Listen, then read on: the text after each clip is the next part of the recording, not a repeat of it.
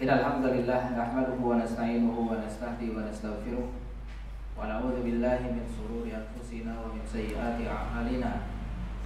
Man yahdihillahu fala mudilla lahu wa man yudlil falan tajida lahu waliyyan mursyida. Asyhadu an la ilaha illallah wahdahu la syarika lah iqraran bihi wa tauhida. Asyhadu anna Muhammadan abduhu wa rasuluhu alladzi la nabiyya ba'dah. Wa nusalli wa nusallimu ala nabiyyinal karim wa ala alihi wa ashabihi ajmain wa man tabi'ahum bi ihsanin ila yaumiddin. Amma ba'd. Ikhwati wa akhwati jamaah pengajian Sumedang Mengaji rahimani Allah wa iyyakum ajmain. Assalamualaikum warahmatullahi wabarakatuh. Alhamdulillahilladzi bi ni'matihi tatimmus shalihat. Hari ini hari Ahad tanggal 15 Pak. Di sini tanggal 15 atau tanggal 16? Tanggal 15. 16 Pak ya? Ya. Tanggal 16. Tanggal 16 Ramadan 1443 Hijriah. Alhamdulillah Allah Subhanahu wa taala memberikan kepada kita karunia nikmat yang begitu melimpah. Nikmat diberikan kekuatan 15 hari bisa bertahan dengan ujian. Nikmat diberikan kekuatan, diberikan nikmat 15 hari bisa melaksanakan ibadah-ibadah yang Allah Subhanahu wa taala perintahkan. Ibadah shaum, ibadah salat malam, bisa bersedekah, bisa berwakaf, bisa menghatamkan Al-Qur'an sebagaimana yang dilakukan oleh Rasulullah dan juga para pengikutnya. Terbiasa mereka menyibukkan diri ketika bulan Ramadan dengan Al-Qur'an. Dan juga Allah Subhanahu wa taala memberikan kita kekuatan hari ini jam berapa sekarang? Yang datang jam 15, yang datang jam 16. Ini memerlukan pengorbanan karena akhir-akhir ujian. Jadi ada ujian per hari kan ya? Ini ujian per hari. Jadi kita nahan lapar, nahan minum, nahan syahwat, nahan segalanya dari fajar sampai maghrib. Dan biasanya capek itu di fajar, lelah itu adanya di fajar atau di akhir maghrib. Di akhir maghrib kan ya Pak, mau mendekati maghrib itu mulai lelah, capek, enaknya senderan di kursi, nonton TV, nunggu azan TPRI. Nah kan gitu kan ya, enaknya seperti itu. Tapi Allah berikan kekuatan, Allah berikan kita taufik hari ini untuk bermajelis ilmu, duduk di majelis ilmu, mendengarkan ayat-ayat Allah dan juga sabda-sabda baginda Rasulullah SAW. Maka ini merupakan kenikmatan yang sangat besar, kenikmatan yang tidak Allah Subhanahu wa taala berikan kecuali kepada orang-orang yang Allah pilih, yang Allah Subhanahu wa taala pilih orang tersebut untuk berbuat baik. Semoga Allah Subhanahu wa taala memberikan kekuatan kita sampai akhir maghrib dan juga sampai akhir Ramadan, dan diberikan kekuatan juga setelah keluar dari Ramadan kita menjadi hamba-hamba yang bertakwa kepada Allah Subhanahu wa taala. Allahumma. Kita lanjutkan kajian kita, yaitu membacakan salah satu karya ulama besar Al-Imam Muhammad At-Tamimi rahimahullah taala dengan kitabnya yaitu Kitab Tauhid alladzi huwa haqqullah 'alal 'abid. Dan kita telah sampai pada bab maja afir ruqa wat tamaim. Sebelumnya mu'allif rahimahullah taala beliau membawakan bab yang mirip dengan ini dan pembahasannya hampir sama. Ya, bab minasyirki lubsul halaqati awil khayti wa nahwihima bidaf'il bala aw raf'iha ya. Bab tentang memakai gelang, memakai kalung termasuk kesyirikan dengan tujuan gelang tersebut bisa mengangkat balai ataupun menolak balai, menolak musibah. menolak musibah. Dan dalam bab sebelumnya penulis menyebutkan hukumnya minasyirki, termasuk kesyirikan. Dan dalam bab ini, bab selanjutnya, ini sebenarnya pembahasannya lebih umum daripada pembahasan sebelumnya. Kalau pembahasan sebelumnya ada rinciannya, memakai gelang, memakai kalung, atau yang sejenisnya. Maka di dalam bab ini penulis tidak menyebutkan hukum, tapi menyebutkan secara umum. Ya, judul secara umum, Maja fi ruqa wa tamaim. Bab tentang ruqyah, tentang jampe-jampe, wa tamaim, dan juga tentang jimat-jimat. Ya, disebutkan oleh para ulama. Kenapa Syekh Muhammad At-Tamimi beliau tidak menyebutkan hukum di dalam bab ini? Yang pertama, ini kata para ulama, ini menguji para pembaca, para pendengar, menguji pemahaman para pembaca, menguji pemahaman para pendengar. Artinya menguji untuk memahami, menguji untuk memahami apa yang dibaca oleh penulis, menguji apa yang didengarkan oleh penulis kalau kita mendengarkan pemaparan dari penulis. Kemudian yang kedua, disebutkan oleh para ulama, kenapa tidak disebutkan hukum di sini? Karena ada beberapa rincian hukum di sini dan tidak satu hukum. Ya, ada rincian hukum dari ruqo itu jamak dari ruqyah.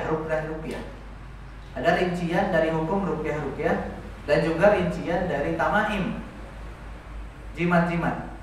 Ini ada rincian yang hukumnya disebutkan oleh para ulama. Nanti insya Allah akan kita sebutkan. Nah, kita akan bacakan apa yang disebutkan penulis di dalam bab ini. Qala al-mu'allif rahimahullahu taala, bab ma jaa'a fi ruqa wa tamaim. Bab tentang ruqyah, jampe-jampe, wa tamaim, dan juga jimat-jimat. Wa fi sahihi an Abi Bashir Al-Ansari radhiyallahu taala anhu annahu kana ma'a Rasulillah sallallahu alaihi wasallam fi ba'di asfarihi fa arsala rasulan alla yabqayanna fi raqabati ba'irin kiladatun min watarin aw kiladatun illa quti'at. Akhrajahu al-Bukhari. Hadis sahih riwayat Imam Bukhari dari sahabat yang mulia Abu Bashir Al-Ansari radhiyallahu taala anhu, bahwa dia berkata bahwasanya Rasulullah SAW pada sebuah safarnya beliau mengutus seorang utusan kepada sebuah kaum, kemudian mewasiatkan kepada utusan ini dengan satu wasiat, yaitu alla yabqayanna fi raqabati ba'irin kiladatun min watarin. Janganlah engkau biarkan pada leher unta sebuah kalung yang terbuat dari tali busur ataupun sebuah kalung yang terbuat dari apapun, kecuali engkau putuskan. Nah, hadis yang mulia ini Rasulullah SAW mewasiatkan kepada salah satu utusan, yaitu memulai dakwah dengan tauhid. Dan lawan dari tauhid adalah kesyirikan. Berarti mendakwahkan tauhid dan memerangi apa yang menjadi lawan dari tauhid, yaitu kesyirikan. Salah satunya adalah kebiasaan orang-orang jahiliyah, yaitu mereka menggantungkan di leher-leher binatang ternak mereka, di onta-onta mereka, yaitu kalung-kalung dengan tujuan untuk menolak balai, ya, untuk menolak bala, mungkin supaya terbebas dari penyakit hewan, ataupun terbebas dari, kalau penyakit hewan di Cirebon namanya eluk gitu ya. Eluk juga samanya. Di Sumedang eluk namanya. Eluknya. Orang Sumedang kota tahu eluk. Ku eluk teh biasanya hayamnya. Ku hayam biasanya ku eluk. Ku eluk teh apa ya penyakitnya? Penyakit lah. Penyakit ujug-ujug mararawatnya, ujug pararaya gitunya satona. Nah, itu ku eluk. Nah, biasa mereka menggunakan kalung-kalung seperti itu orang-orang di zaman jahiliyah. Jadi apa yang dilakukan orang-orang di zaman sekarang, memakaikan jimat kepada hewan-hewan mereka, hewan tunggangan mereka ataupun hewan ternak mereka, itu pernah dilakukan juga oleh orang-orang jahiliyah dan diingkari oleh Rasulullah SAW. Ya, diingkari oleh Rasulullah SAW. Dan biasanya kalung ini terbuat dari tadi benang. Makanya disebutkan ini ada satu keraguan. Disebutkan oleh para ulama ada satu keraguan dari perawi bahwasannya kiladatun saja atau kiladatun min watarin, kalung saja secara umum ataupun kalung yang terbuat dari tali busur, sama saja. Apapun itu, terbuat dari apapun kalung tersebut, kalau tujuannya digunakan untuk jimat, untuk menangkal bala tadi ataupun mendatangkan manfaat dan seterusnya, kuti'at, kata Nabi SAW, harus diputuskan, dipotong, dihilangkan. Nah, ini Rasulullah SAW memulai dakwah dengan tauhid dan memerangi lawan dari kesyirikan. Dan dalam hadis yang mulia ini pun sebagai dalil wajibnya kita an-nahyi 'anil munkar, mengingkari kemungkaran, ingkarul munkar, mengingkari kemungkaran dengan apa yang kita mampu. Dengan kaidahnya yang disebutkan oleh Rasulullah SAW, man ra'a minkum munkaran falyughayyirhu biyadihi. Barang siapa yang bisa mengingkari kemungkaran, maka rubahlah dengan tangannya. Nih, kalau punya kekuatan, mampu memiliki kekuatan, maka rubah dengan tangan langsung. Tadi kata Nabi, illa kuti'at, potong langsung. Sebagaimana hadis-hadis sebelumnya yang sudah kita bahas ya, Rasulullah langsung memerintahkan untuk melepas kalung yang dipakai oleh sahabat. Bahkan ada yang langsung dipotong oleh para sahabat. Ini menunjukkan ketika kita memiliki kekuatan, anak kita memakai jimat-jimat dan sebagainya, langsung copot, langsung ambil, langsung bakar, langsung dipotong. Nah, memang seperti itu harusnya ketika kita memiliki kekuatan. Nah, jika tidak memiliki kekuatan tangan, kekuasaan, maka fabilisanihi, kata Nabi, maka dengan lisan. Nasihat, cari waktu yang tepat untuk memberikan nasihat, untuk menyampaikan kebenaran. Kalau tidak mampu juga dua-duanya, maka ini yang wajib. Bahwa al-aful iman, kata Nabi, inilah selemah-lemah keimanan yang wajib ini, yaitu mengingkari dengan hati. Mengingkari dengan hati, jangan bangga, anak saya tuh pakai jimatnya banyak banget. Syirik sih, tapi nggak apa-apa. Nah, itu nggak boleh seperti itu. Itu nggak boleh seperti itu. Maka harus apa? Harus ada pengingkaran di dalam hati kita minimalnya. Kalau mampu mengingkari dengan lisan, silahkan sampaikan. Kalau mampu, apalagi dengan kekuasaan, dengan tangan langsung dihilangkan, itu lebih baik kalau memilikinya. Kalau tidak mampu, dengan hati, itu wajib. Ya, kemudian hadis yang berikutnya. Hadis yang berikutnya atau dalil yang berikutnya yang disampaikan oleh penulis sebuah hadis dari Abdullah ibnu Mas'udin, riwayat Imam Ahmad dan Abu Dawud. Qala sami'tu Rasulullah sallallahu alaihi wasallam yaqul, innar ruqa wat tamaim wat tiwala syirkun. Nabi aku mendengar Rasulullah SAW bersabda, sesungguhnya jampe-jampe, jimat-jimat, dan juga tiwalah, nanti kita akan sebutkan. Ini kita pakai istilahnya ruko, tamaim, dan juga tiwalah, berarti ya. Sesungguhnya ruko dan juga tamaim dan juga tiwalah itu adalah syirkun, adalah kesyirikan. Dan Syekh Muhammad bin Abdul Wahab, beliau menyebutkan definisi dari masing-masing di dalam kitab ini. Ya, bagi yang memiliki matannya, matan kitab tauhid, maka akan mendapati Syekh Muhammad, beliau memberikan definisi untuk masing-masing. Apa itu tamaim, apa itu ruko, ruqyah, apa itu tiwalah. Ya, yang disebutkan oleh Nabi bahwasannya ruko, tamaim, jampe-jampe, ruqyah-ruqyah dan tiwalah itu adalah syirik. Definisinya, beliau menyebutkan definisi dari masing-masing perbuatan tersebut. Yang pertama at-tamaim. Beliau mengatakan at-tamaim huwa syai'un yu'allaqu 'alal aulad minal 'ain. Yang pertama, definisi dari tamaim atau tamimah atau bahasa kitanya jimat-jimat adalah sesuatu yang digantungkan pada anak-anak untuk menangkal penyakit ain. Asalnya seperti itu definisi dari tamimah. Asal definisi tamimah adalah sesuatu yang digantungkan kepada anak-anak, kepada anak kecil ya, kepada anak kecil untuk menangkal penyakit ain. Untuk menangkal penyakit ain. Akan tetapi tamimah asalnya seperti itu ya, asalnya seperti itu. Asalnya tamimah itu istilah untuk jimat yang dipakai untuk anak kecil untuk menolak penyakit ain. Tapi akhirnya definisi tamimah ini didefinisikan oleh para ulama lebih umum daripada itu. Tamimah itu definisinya lebih umum daripada itu.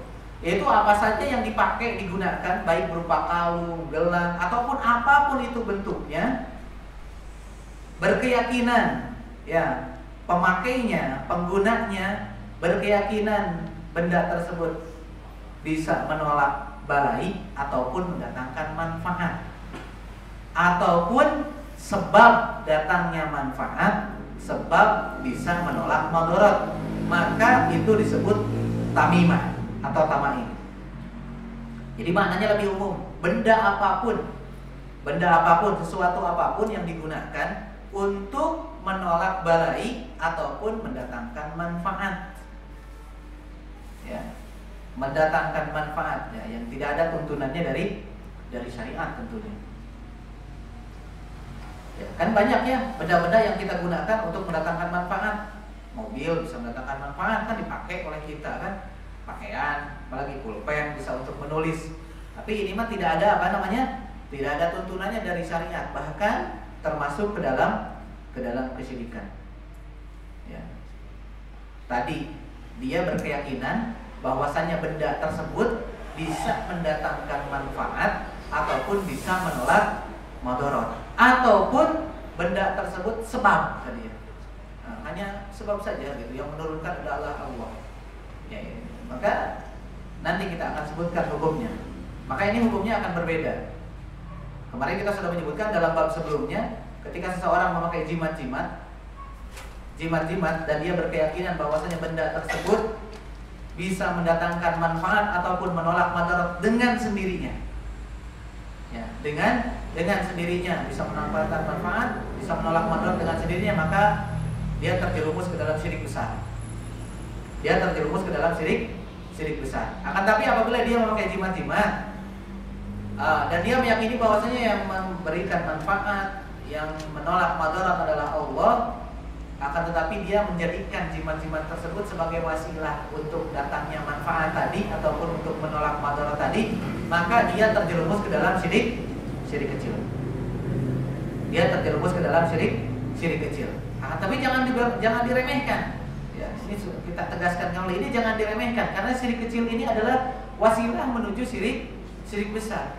Bahkan orang yang memakai jimat-jimat yang asalnya hanya menjadikannya hanya sebab saja, itu terkadang mereka terjerumus ke dalam syirik besar. Kenapa harus kita lakukan jika itu menjadi wasilah pada syirik besar? Ini kita tinggalkan.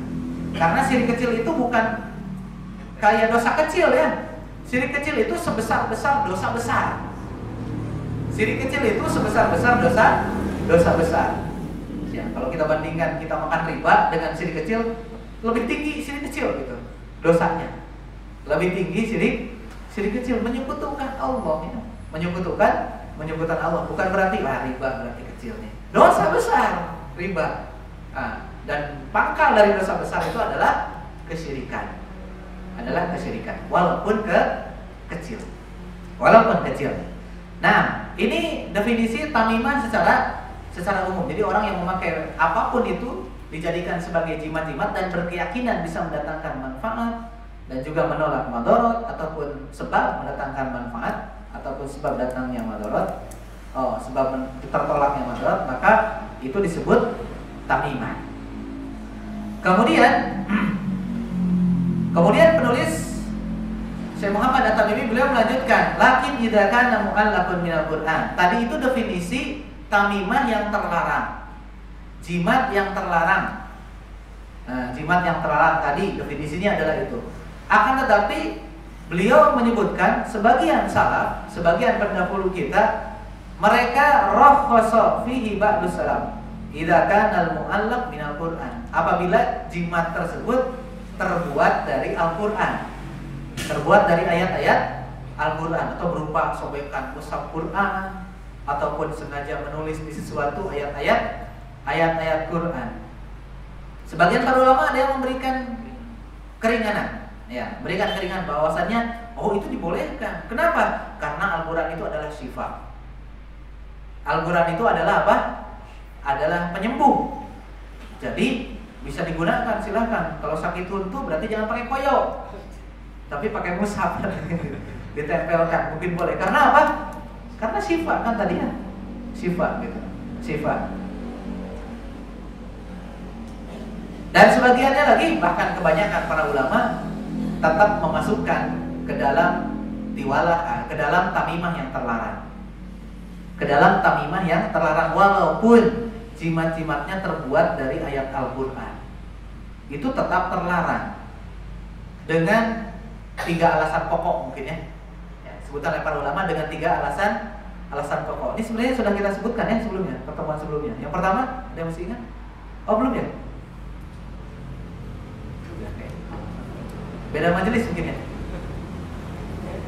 Yang pertama, alasannya kenapa kita tidak boleh menjadikan jimat itu dari Al-Qur'an, walaupun dari Al-Qur'an.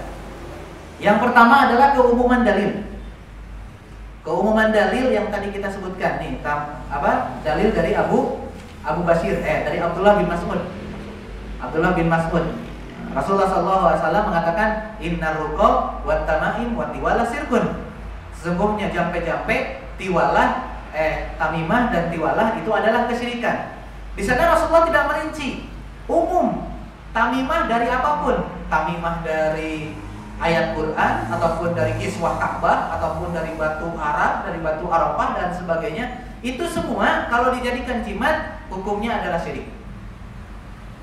Kenapa? Dalilnya umum. Kata Nabi, Innar ruqa wat tamaim wat tiwala syirkun. Sungguhnya seluruh jimat-jimat itu adalah kesyirikan. Jadi keumuman dalil pengharaman tamimah. Jadi tidak ada pengkhususan di dalam hadis. Ini alasan yang pertama. Alasan yang kedua, kenapa tidak boleh menggunakan jimat dari Al-Qur'an? Yang kedua adalah saddu dzari'ah. Saddu dzari'ah, menutup celah. Menutup celah kepada kesyirikan. Ya, mungkin kita menjadikan memang Al-Qur'an itu adalah sifat penyembuh. Tapi ketika Al-Qur'an, mushaf Qur'an tadi digunakan sebagai jimat itu akan membuka pintu kesyirikan. Dan akhirnya orang yang menjadikan mushaf Qur'an tadi, ayat-ayat Al-Qur'an itu sebagai jimat akan berkeyakinan bahwasanya ayat-ayat tersebut bisa mendatangkan manfaat dan juga bisa menolak madarat, dan akhirnya dia terjatuh ke dalam kesyirikan. Dan juga menutup celah kesyirikan dan juga menutup celah penghinaan terhadap Al-Qur'an. Kalau Al-Qur'an tadi tulisan Al-Qur'an dijadikan jimat, maka Al-Qur'an otomatis akan dihinakan. Jimatnya ditaruh di dompet, dibawa ke WC, dibawa kemana-mana kan ya. Akhirnya akan terhinakan Al-Qur'an. Diduduki. Kalau pingin jago main bola, diselapkan kan ya, di sepatu bola, diinjak-injak akhirnya. Pingin jago apa lagi? Pingin apapun itu. Ya, maka akan terhinakan Al-Qur'an dengan dijadikan sebagai jimat. Ya. Kemudian alasan yang ketiga kenapa kita tidak boleh menjadikan Al-Qur'an sebagai jimat? Al-Qur'an diturunkan untuk dibaca. Ya. Hudal linnas wa bayyinatin minal huda wal furqan. Kan gitu ya. Al-Qur'an itu sebagai petunjuk bagi manusia, wal furqan gitu kan. Sebagai pembeda antara hak dan yang batil. Gimana cara kita mendapatkan petunjuk dari Al-Qur'an? Ditempel di mana? Di depan pintu sebagai jimat, ataupun digantungkan di mana? Di mobil sebagai jimat? Bukan, tapi di gimana? Dibaca, kemudian dipahami, ditadaburi ayatnya, diamalkan, dihafalkan. Itu fungsi Al-Quran. Jadi cara menjadikan jimat Al-Quran itu adalah dengan tadi dibaca, dihafalkan, dipahami, ditadaburi, diamalkan. Itu akan menjadi jimat bagi kehidupan. Bagi kehidupan kita. Suka ada istilah kolot baheulanya, soalnya istilah tah ngajimatan saperak gitu kan.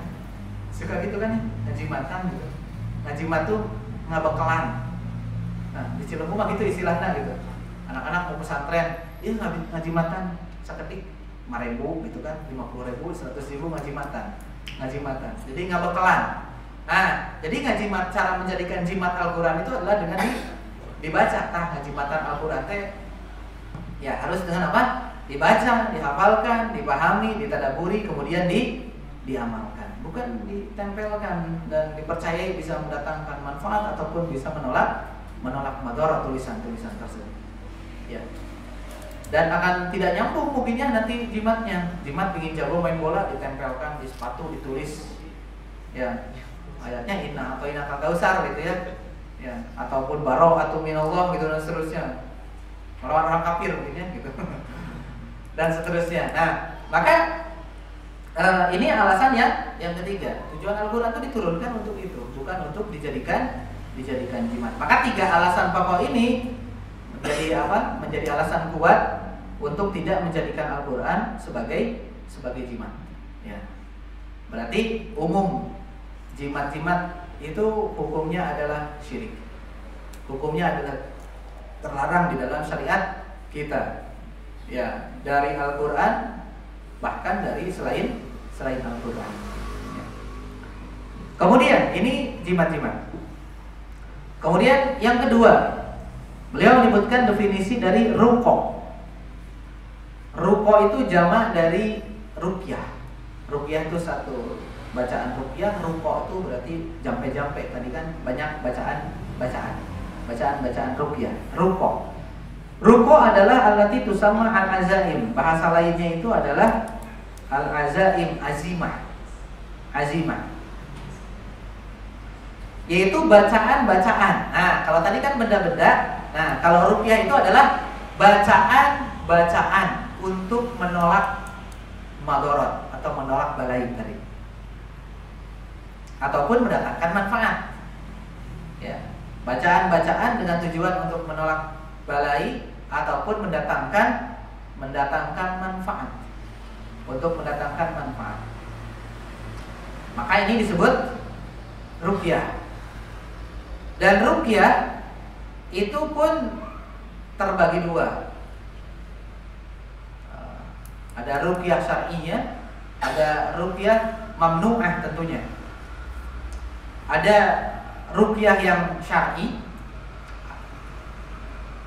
Tentunya ini ruqyah yang tidak mengandung kesyirikan dan tata caranya sesuai syar'i tentunya. Ruqyah yang tidak mengandung kesyirikan dan tata caranya sesuai syar'i. Maka ruqyah yang mamnu'ah, ruqyah yang terlarang adalah tadi ruqyah yang tidak sesuai syar'i ataupun ruqyah yang mengandung kesyirikan. Ya, ruqyah yang mengandung kesyirikan ataupun mengandung sesuatu yang terlarang di dalam syariat kita. Ini ruqyah yang terlarang. Dan ruqyah ini diperbolehkan. Tadi makanya ada ruqyah syar'iyyah berarti ruqyah yang diperbolehkan, yang disyariatkan. Ada ruqyah yang diperbolehkan. Beliau mengatakan kepada Rasulullah minal ain wal humah. Dan dibolehkan untuk meruqyah diri kita dari penyakit ain ataupun dari penyakit demam ataupun dari penyakit apapun. Ya, boleh menggunakan ruqyah tersebut.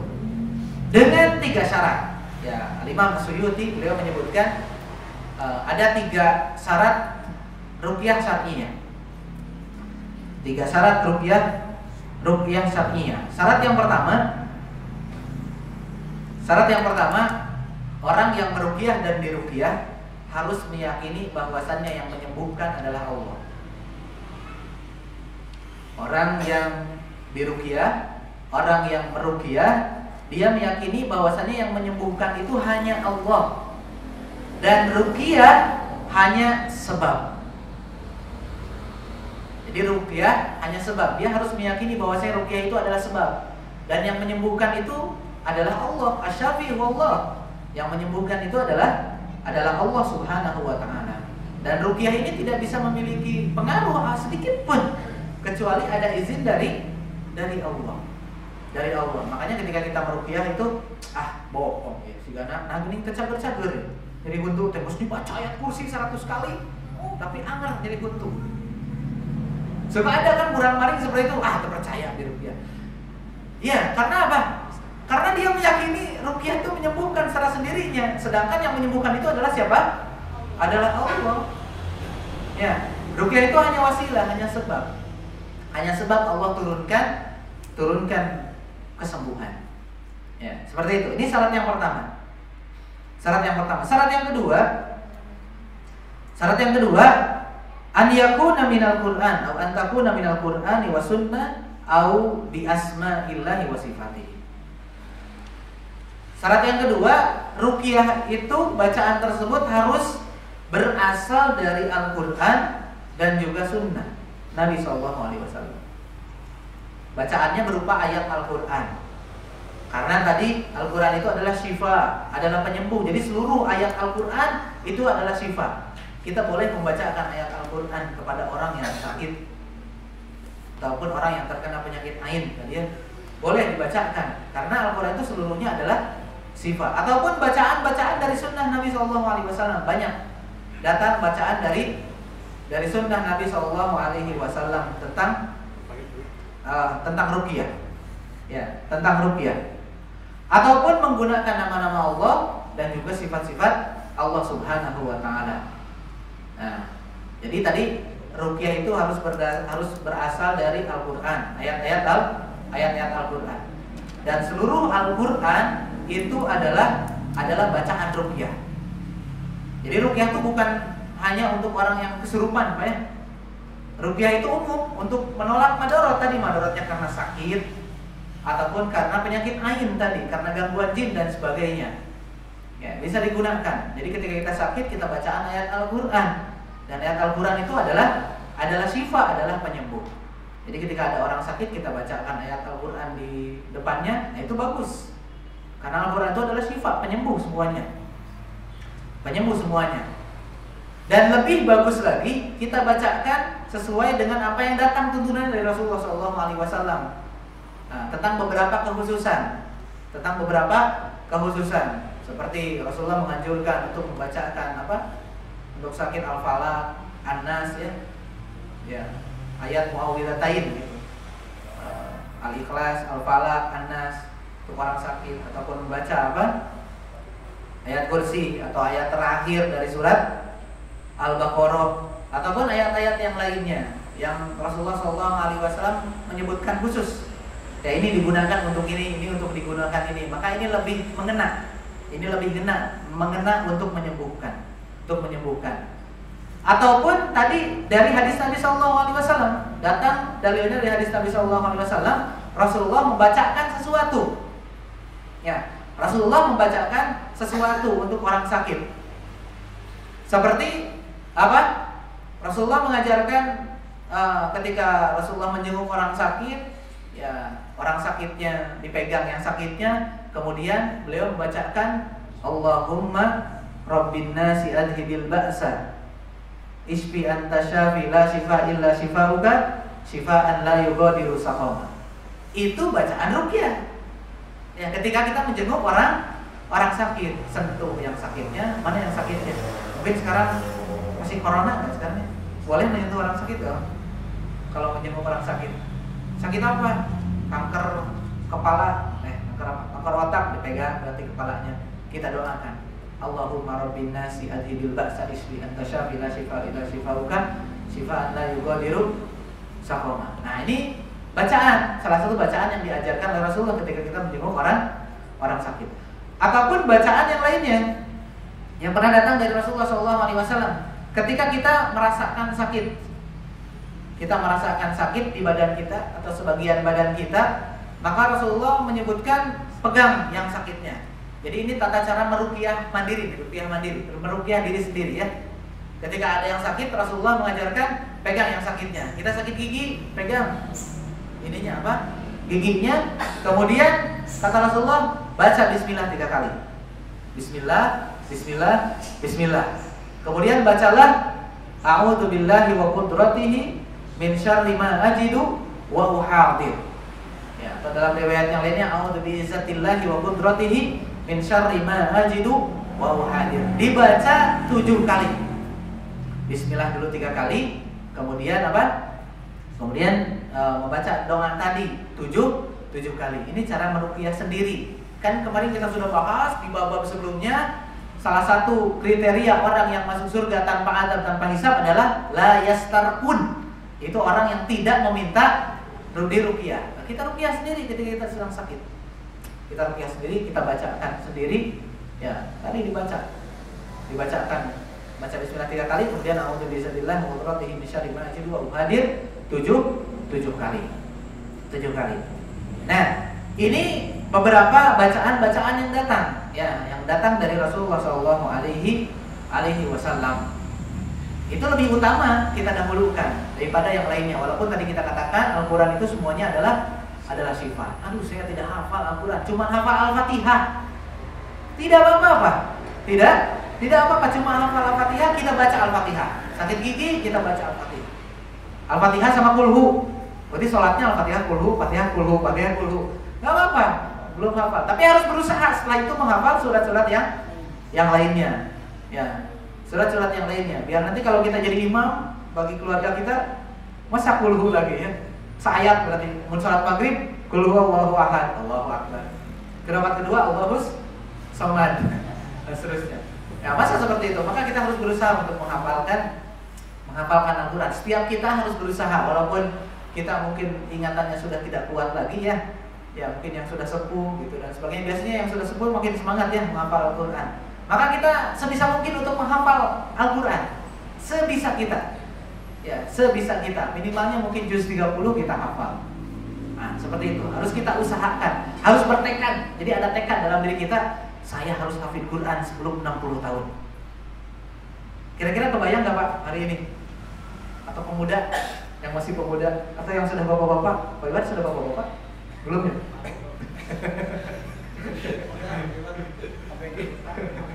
Kira-kira ada cita-cita 60 tahun harus hafid Quran. Kita sama-sama lah. Kita sama-sama bertekad usia seanu hafal Quran. Ya, bertekad kuat seperti itu. Gak apa-apa tadi dibacakan Al-Fatihah saja kalau memang hafalnya cuma surat Al-Fatihah. Ketika menjenguk orang sakit, gak hafal doa yang tadi, hafalnya Al-Fatihah. Gak apa-apa, kita bacakan Al-Fatihah. Suatu ketika sahabat Nabi SAW pernah melewati sebuah kaum dan meminta suaka, minta diberikan makan, minta suaka gitu ya. Suaka. Kita dalam perjalanan dan kita butuh makanan, pekerjaan apa saja lah, yang penting kita mendapatkan makanan. Ya, ditolak. Tapi kemudian ternyata ada orang sakit di sana ya, karena tersengat kalajengking ya, Kemudian datang kepada sahabat tersebut, oh jangan dulu pergi. Ya, kalau kalian bisa membacakan gitu, bacalah apapun itu gitu ya. Di ruqyah maksudnya, ya teman kami, saudara kami ada yang tersengat kalajengking. Kalau sembuh, kita potongkan kambing. Ternyata ya, para sahabat ketika itu mereka berpikir, harus baca apa ya? Ya udahlah Al-Fatihah saja. Akhirnya dibacakan Al-Fatihah dan qadarullah masyaallah akhirnya apa? Sembuh. Orang tersebut sembuh, akhirnya dipotongkan kambing dan dilaporkan kepada Rasulullah SAW dan Rasulullah pun mengiyakan gitu. Ya memang gitu. Al-Quran itu semuanya adalah sifat, termasuk Al-Fatihah. Jadi Al-Fatihah bisa dibacakan, silakan dibacakan. Karena Al-Fatihah itu bagian dari Al-Quran. Makanya nih ada sebuah kesalahan ketika kita membaca Al-Quran. Biasanya orang itu mulainya dari Alif Lam Mim, dari Al-Baqarah. Ini siapa nih yang mulai tilawah Al-Quran di bulan Ramadan? Mulainya dari Alif Lam Mim, bukan dari Al-Fatihah. Padahal Al-Fatihah itu justru surat pertama di dalam Al-Quran. Tapi terkadang kebanyakan atau sebagian orangnya mereka membaca Al-Quran itu dari Alif Lam Mim, dari Al-Baqarah. Mau tadarus, mulai tadarus Alif Lam Mim gitu. Bismillahirrahmanirrahim. Alif Lam Mim dzalikal kitabu la raiba fi. Mereka tidak membaca Al-Fatihah karena merasa Al-Fatihah itu sudah terbiasa dibaca kan. Padahal kalau kita mau mulai tadarus, ya harusnya mulai dari surat yang pertama dalam Al-Quran, yaitu surat Al-Fatihah. Nah, mulai dari surat Al-Fatihah. Jadi kalau kita tadarus mulainya dari Al-Fatihah, kemudian baru Al-Baqarah.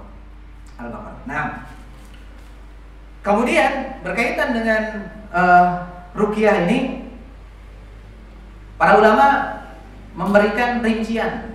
Ya, tadi yang disebutkan oleh belum ya, tadi syarat yang ketiga ya. Baru syarat yang kedua. Syarat yang kedua yaitu harus dari Al-Qur'an ataupun hadis Nabi sallallahu alaihi wasallam atau menggunakan nama-nama Allah dan sifat-sifat Allah Subhanahu wa taala. Ya, kemudian yang ketiga, syarat yang ketiga, antakuna bil lughatil arabiyyah au bil lughatin yufhamu maknaha.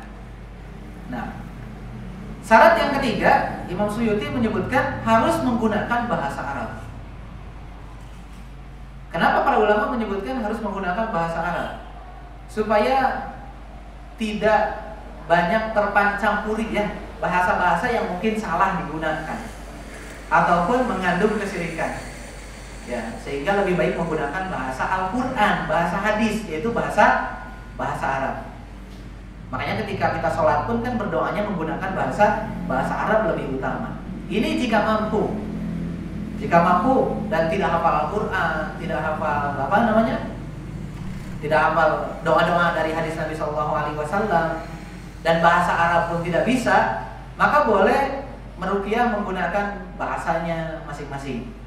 Asalkan dengan bahasa yang yufhamu maknaha, yang difahami maknanya. Dan menggunakan bahasa Arab pun harus menggunakan bahasa Arab yang dipahami maknanya. Jadi ingat, tidak semua bahasa Arab yang diucapkan itu adalah doa, adalah bacaan ruqyah. Tidak. Ya, hadza babun, hadza qalamun, itu bukan bacaan ruqyah. Itu bukan bacaan ruqyah dan itu bukan bacaan doa dan tidak perlu diaminkan. Kalau ada Arab ngomong bahasa Arab, jangan diaminkan ya, belum tentu itu adalah doa. Ya, sehingga di sini Imam Suyuti mengatakan harus menggunakan bahasa Arab yang dipahami maknanya. Yang dipahami maknanya. Tadi kan kalau menggunakan ayat Al-Qur'an jelas boleh digunakan. Atau menggunakan doa-doa yang maksurah yang datang dari Nabi SAW itu boleh. Nah, kalau kita menggunakan bahasa Arab yang lainnya, menggunakan kalimat bahasa Arab, ingin keren menggunakan bahasa Arab, sudah belajar bahasa Arab. Ditalar kan hafalnya cuma bab yang pertama kan, hadza babun, hadza qalamun, jadi meruqyahnya dengan bahasa tersebut. Maka ini bukan ruqyah, tertolak, ruqyahnya tidak syar'i. Ini tertolak. Dan ini biasanya ada yang dipakai oleh dukun-dukun. Ya, atau penyihir-penyihir. Ataupun yang ditulis di jimat-jimat. Nah, yang ditulis jimat-jimat menggunakan bahasa Arab. Cuman bahasa Arab yang tidak dipahami maknanya. Cuman huruf hijaiyah saja kan, aba, jadun, hawazun gitu ya, abjad hawas disebutnya. Ya. Ataupun tulisan-tulisan Arab yang memang tidak dipahami maknanya, nggak tahu itu tulisan apa, nggak jelas apa itu tulisannya nggak jelas. Dan bahkan disebutkan oleh para ulama itu bisa jadi mungkin itu bahasa-bahasa syaitannya, bahasa-bahasa penyembahan kepada syaitannya. Bahasa dukun memang menyembah kepada syaitan ya seperti itu, dengan bahasa-bahasa yang tidak dipahami maknanya. Ataupun menggunakan bahasa yang lainnya yang juga tidak dipahami maknanya. Biasa kan kalau dukun kita suka ilustrasikan ya, menyem-menyem kan bahasanya juga. Menyem-menyem apa? Menyem-menyem kan? Ya, atau bahasa kalau orang Cilebut biasanya disebutnya tuh jam-jawokan. Di sini sama ya, Mas. Ya, jadi bahasa-bahasa yang nggak jelas gitu ya, nggak jelas apa itu, bukan doa, bukan mendoakan, bukan gitu. Kayak tadi mungkin sama seperti hadza babun, hadza baitun gitu ya. Ya, ataupun menggunakan bahasa Indonesia tapi tidak jelas gitu kalimatnya. Rangkaiannya apa? Ini bukan untuk mendoakan, bukan untuk mendoakan, atau menggunakan bahasa Sunda. Menggunakan bahasa Sunda tapi dengan bahasa-bahasa dahulu mungkin ya. Bahasa Sunda yang terdahulu dan tidak dipahami maknanya oleh kita, itu doa atau bukan? Ya, kalau bahasa Sunda yang mengandung doa, ya semoga lekas sembuh, semoga Allah menyembuhkan. Nah, itu nggak apa-apa, nggak masalah. Ya, mugia dipasihan kesehatan gitu kan. Dan seterusnya. Maka itu bahasa yang dipahami maknanya. Nah ini syarat yang ketiga, harus menggunakan bahasa Arab yang dipahami maknanya. Atau kalau tidak menggunakan bahasa Arab, boleh menggunakan bahasa yang lainnya, tapi harus dipahami maknanya. Pahami mana? Ini 3 syarat. Ini tiga syarat. Kemudian para ulama merinci dari 3 kriteria tadi ya, dari 3 syarat tadi. Dari 3 syarat tadi yang disebutkan oleh Al-Imam As-Suyuti. Yang pertama, mereka mengatakan bacaan ruqyah itu harus berasal dari ayat-ayat Al-Qur'an ataupun doa-doa yang maksurah, datang dari Nabi Sallallahu Alaihi Wasallam. Ini sudah tadi kita sebutkan. Kemudian yang kedua, rincian yang kedua, mereka menyebutkan jika tidak bisa menggunakan tadi ayat Al-Quran ataupun doa-doa yang maksurah, maka harus menggunakan bahasa Arab ataupun bahasa yang lainnya yang dipahami maknanya. Ini pun sudah kita jelaskan tadi. Kemudian yang ketiga, orang yang meruqyah dan diruqyah harus meyakini bahwasanya ruqyah itu hanya sebab. Ini pun sudah kita sebutkan. Jadi ruqyah itu hanya sebab dan tidak bisa menyembuhkan sendiri. Yang menyembuhkan itu adalah Allah. Yang membuat sebab itu adalah Allah. Sebab kesembuhan itu adalah membacakan ayat ini, membacakan doa ini, itu Allah yang menyebutkannya. Sehingga kita meminta kesembuhannya kepada Allah. Ruqyah itu hanya sebab. Kemudian yang keempat, isi ruqyah harus jelas maknanya.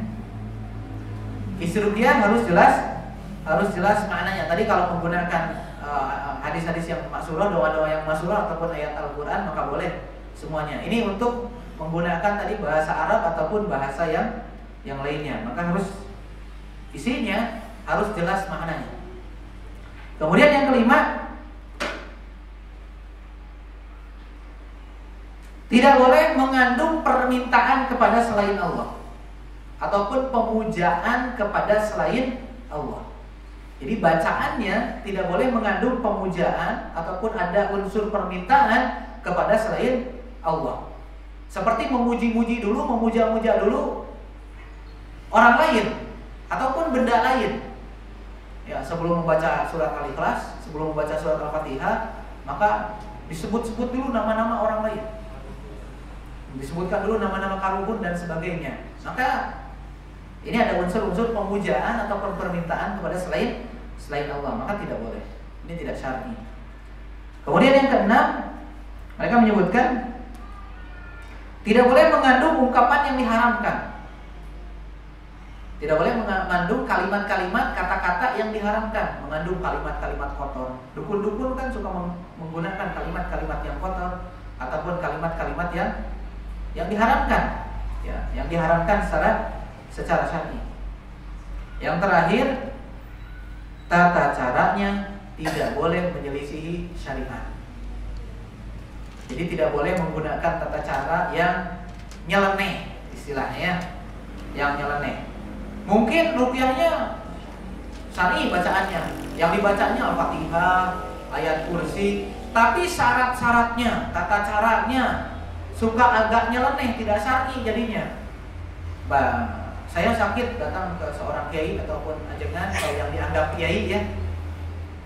Ya, saya sakit kepala sudah bertahun-tahun. Oh, gampang. Caranya baca Al-Fatihah 1000 kali satu nafas. Bisa nggak ya Bapak? Kalau 1000 kali bisa satu nafas, sembuh. Mati ya. Sembuh benar berarti kan ya. Nah, ataupun ada syarat-syarat yang lainnya. Syarat-syarat yang lainnya. Al-Fatihah, ayat kursi dibaca 10 kali jam 12 malam sambil telanjang. Suka ada syarat-syarat seperti itu kan ya? Nah, syarat-syaratnya nyeleneh. Syarat-syaratnya nyeleneh, rumah saya diganggu, bagaimana? Oh, gampang. Baca saja ayat kursi atau baca Al-Baqarah full. Kemudian kamu tawaf keliling rumah 100 kali jam 12 malam. Bacaannya mungkin syar'i gitu ya, baca Al-Qur'an. Tapi tata caranya tidak syar'i. Tata caranya tidak syar'i. Maka ini pun menjadi tidak syar'i. Ini pun menjadi tidak syar'i. Ya, ini pun terlarang. Jadi tata caranya harus sesuai dengan syariat. Tata caranya harus sesuai syariat. Bagaimana tata caranya? Tadi sebagaimana contohkan Rasulullah SAW, dibacakan di depan orang yang sakit. Ya, diperdengarkan kepada orang yang sakit. Ataupun dipegang, disentuh orang yang sakitnya, kemudian dibacakan. Atau jika ingin menggunakan media, ya dibolehkan menggunakan media. Menggunakan air boleh. Menggunakan tadi kan kurma ajwa ataupun zaitun, ya, ada sebuah riwayat, ya, menggunakan zaitun, menggunakan minyak zaitun kemudian dioleskan. Oh, saya wudhu sudah tahun-tahun gitu kan ya, masih si kedua orang jampek lah, ya. Baca Al-Fatihah, baca ayat kursi dan seterusnya, kemudian dioleskan kepada ini. Qadarullah sakitnya sembuh gitu. Sakitnya sembuh ya, penyakitnya apa? Penyakitnya sembuh. Akhirnya semua orang berbondong-bondong datang ke dia. Nah, ini yang harus dibendungnya ya, harus bisa. Ya, tidak boleh menjadikan orang-orang datang ke kita dan bahkan ada yang berkeyakinan kita bisa menyembuhkan. Kan sempatnya banyak yang seperti itu ya. Seperti zaman dulu ada yang batu ponari gitu ya. Kan itu bisa menyembuhkan, didoakan langsung sembuh gitu, dicelupin doang gitu. Ataupun apa lagi biasanya, dan seterusnya ya. Jadi media-media yang syar'i saja, air boleh, kurma boleh, minyak zaitun yang dioleskan. Atau obatnya sih, kali obatnya orang bacakan lah, ya langsung aja bacain kepada orangnya, gak usah ke obatnya, kan? Itu lebih baik.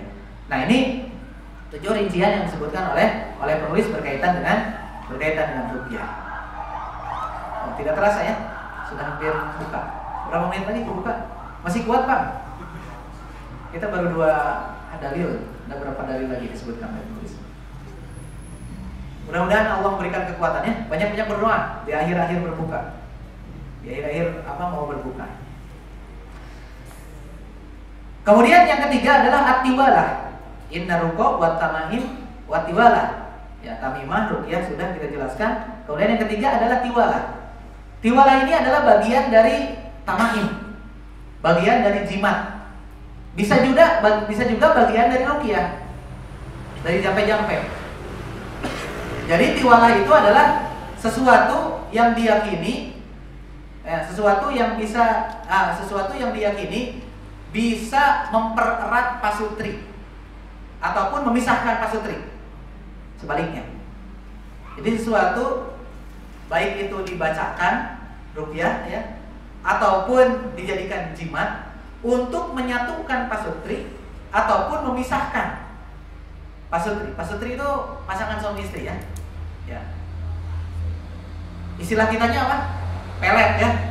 Pelet itu kan untuk merekatkan, pengasihan. Kalau untuk memisahkan apa istilahnya? Enggak ada. Pelet juga sama. Nah, pelet juga ya. Ya, seperti itu.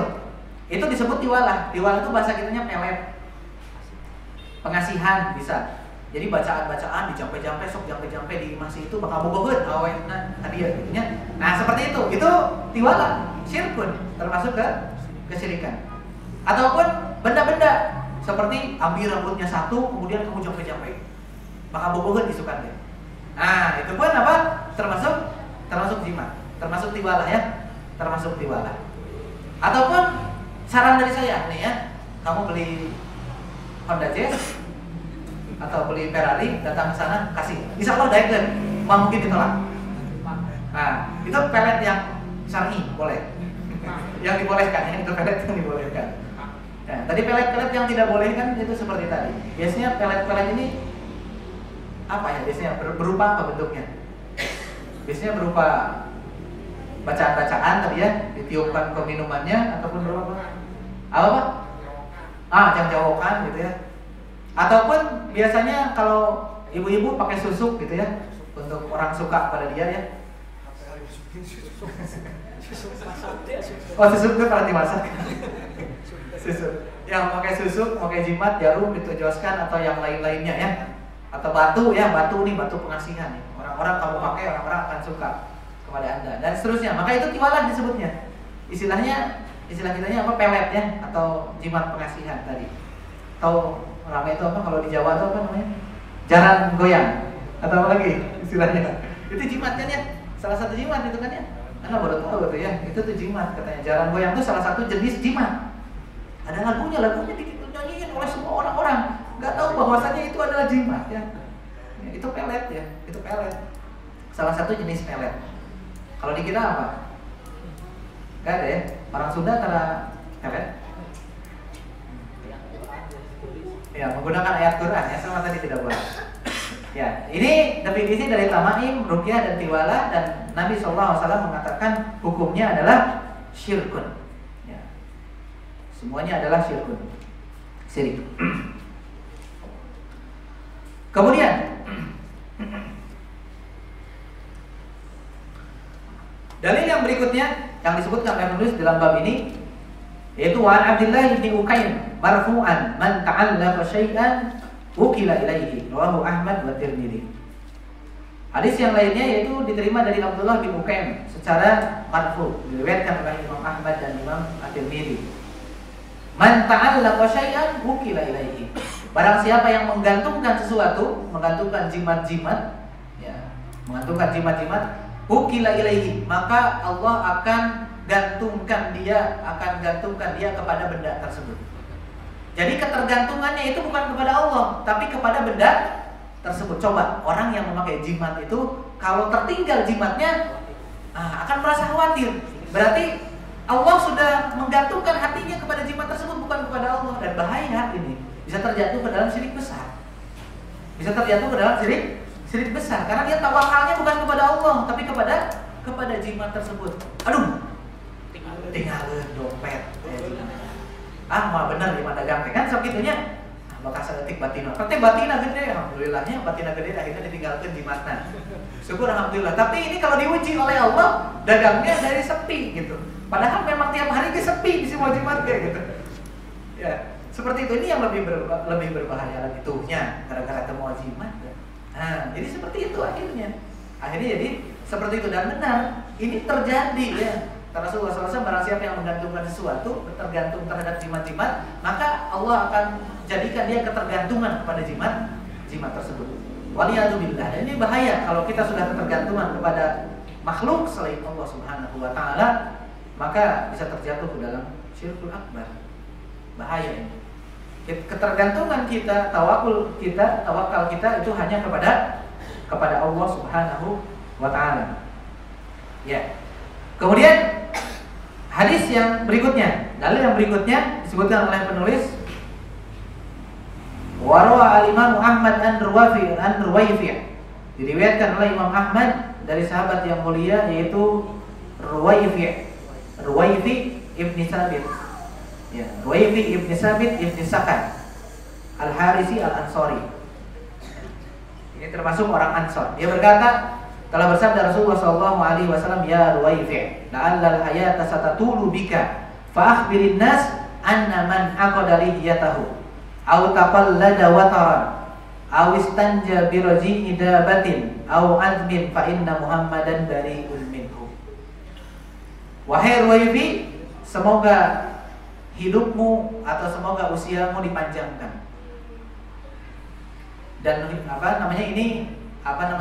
ini doa dari Rasulullah SAW, ataupun disebutkan oleh para ulama ini ramalan Rasulullah SAW, mendapatkan wahyu dari Allah dan mengabarkan kepada orangnya itu Ruwayfi bahwasanya usianya itu akan dipanjangkan. Dan ternyata benar, Ruwayfi ini usianya panjang. Ya, beliau meninggal tahun 47 Hijriah. Ya, tahun 47 Hijriah dipanjangkan oleh Allah Subhanahu wa taala. Ini termasuk mukjizat Rasulullah SAW. Maka kata Rasulullah, fa'ahbirin nas, maka kabarkanlah kepada manusia bahwasanya barang siapa yang mengikat jenggotnya ataupun menggantungkan jimat dari watar, dari tali busur. Biasanya jimat itu dari tali busur ke leher unta ataupun anak kecil, ataupun beristinja, bercebok ya dengan kotoran hewan ataupun dengan tulang, maka sesungguhnya Muhammad berlepas diri dari 3 perkara tersebut. Rasulullah SAW berlepas diri ataupun mengharamkan 3 perkara di sini. Mengharamkan tiga perkara. Yang pertama, mengikat jenggot. Ini para ulama berselisih pendapat tentang makna mengikat jenggot. Ya, wallahu taala alam, mengikat jenggot ini maknanya adalah mengikat karena sombong. Bisa ada yang orang mengikat karena sombong, karena dia orang apa gitu, punya strata atas apa deh, kemudian dikucir jenggotnya diuntun ataupun dikucir ya, dikucir. Kan ada yang sebagian kaum yang berjenggot tapi dikucir. Ini untuk menunjukkan bahwasanya saya nih stratanya atas gitu, jenggotnya kalau strata bawah mah tidak berjenggot gitu, ataupun jenggotnya diurai gitu saja. Ya, dan ini pun sebagai dalil bahwasanya kita dianjurkan untuk memelihara jenggot, dan sebaiknya seorang muslim itu adalah berjenggot ya. Seorang muslim itu adalah berjenggot. Tapi bukan harus menumbuhkan jenggotnya. Maksudnya apa? Membiarkan jenggot. Akful liha kata Nabi, biarkan jenggot, bukan tumbuhkan jenggot, tapi biarkan jenggot. Ini yang pertama, mengikat jenggot. Yang kedua, taqallada wataran. Nah, ini syahid dari hadis ini, untuk apa? Untuk bab ini. Yaitu apa? Menggantungkan jimat yang terbuat dari tali busur panah untuk hewan ataupun untuk yang lainnya. Ya. Untuk yang lainnya. Maka ini Rasulullah berlepas diri dari perbuatan ini. Kemudian yang ketiga, Nabi SAW berlepas diri dari istinja, bersuci, bersebok dengan menggunakan kotoran. Kan kita tuh beristinja tuh bersuci ya. Kalau beristinjanya dengan kotoran bukan nambah suci, berarti nambah kotor. Dengan kotoran hewan. Oh, kan kotoran kambing tidak najis kan ya? Berarti saya mau beristinja dengan kotoran kambing. Gak boleh, itu sesuatu yang kotor walaupun tidak najis tapi kok kotor. Au admin, ataupun beristinja dengan tulang. Beristinja dengan tulang. Dalam hadis yang lainnya disebutkan bahwasanya tulang itu adalah makanan saudara kalian dari kalangan jin. Ya. Dari kalangan jin, tulang. Jadi biarkan tulangnya jangan dimakan. Biarkan saja menjadi makanan jin. Makanan jin. Gening cila mau diantapkan anggar we aya wae tulangna. Wallahu a'lam ya, bagaimana cara makan jin. Ya, 3 perkara ini adalah 3 perkara yang diingkari oleh Rasulullah SAW. Ya. Kemudian dalil yang terakhir yang disebutkan oleh penulis di dalam bab ini adalah hadis yang diterima dari Abu Sa'id, dari Sa'id ibni Jubair. Dia berkata, "Man qata'a tamimatan min insanin kana ka'addi raqabatin." Kata Sa'id bin Jubair, seorang sahabat Nabi SAW, barang siapa yang memotong jimat ya dari siapapun itu, maka dia seperti orang yang membebaskan raqabah, seperti orang yang membebaskan budak hamba sahaya. Ka'an bi raqabatin. Ka'in bi raqabatinnya seperti apa? Seperti orang yang membebaskan budak. Pahalanya kan sangat besar. Nah, ketika orang mengingkari sebuah kesyirikan mampu dengan tangannya, maka itu pun tentu pahalanya sangat besar. Tapi tadi kembali kepada kaidah ya, tidak semerta ada preman di jalan kemudian didudut gitunya, kalung dan sebagainya, jimat-jimatnya, tidak seperti itu tata caranya ya, tidak seperti itu. Ya, saya ingin pahala membebaskan budak gitu kan ya, tapi kembali kepada kaidah tadi, man ramin kumunkaran falyughayyirhu biyadihi. Dengan kekuasaannya, dengan tangannya. Kalau tidak mampu, dengan lisannya. Kalau tidak mampu, cukup dengan hatinya. Itu wajib. Ada aful iman, selama-lama keimanan. Kemudian walahu an Ibrahim, dan berkata Ibrahim an-Nakha'i, seorang tabi'in ya. Seorang tabi'in. Kanu yakrahuna tamaim kullaha minal Qur'an wa ghairil Qur'an.